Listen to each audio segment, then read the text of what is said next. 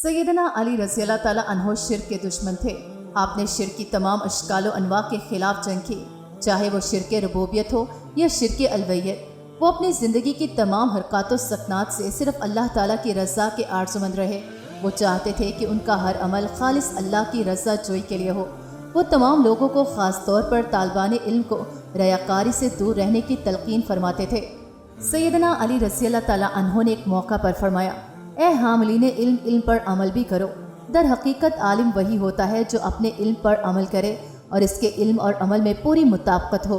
एक ज़माना आएगा कि लोग इल्म हासिल करेंगे लेकिन वो इनके गले से नीचे नहीं उतरेगा। इनका बातिन ज़ाहिर के बरक्स होगा, इनके इल्म और अमल में तज़ाद होगा।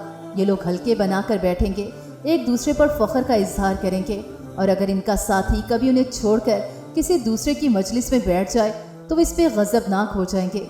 ये वो लोग होंगे जिनके अमाल अल्लाह ताला की तरफ बुलंद नहीं हो पाएंगे।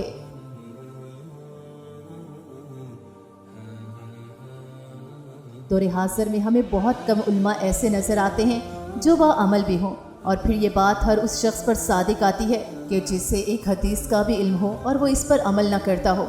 आज सूद, शराब नोशी, ज़ख़ीरा अंदोज़ी, दूसरों का माल खाना, धोखा, फ़रेब वगैरह का तो हम सब को इल्म है कि ये काम हराम कर दिए गए हैं। बहैसियत एक मुसलमान हम में से कितने लोग इससे बचने की कोशिश करते हैं। हमें हर खास व आम को ये बात हर वक्त अपने जहन में रखनी चाहिए कि ये ना हो हम अपने अमाल लेकर जब अल्लाह के सामने पेश हों तो कहीं वो बर्बाद न कर दिए जाएं।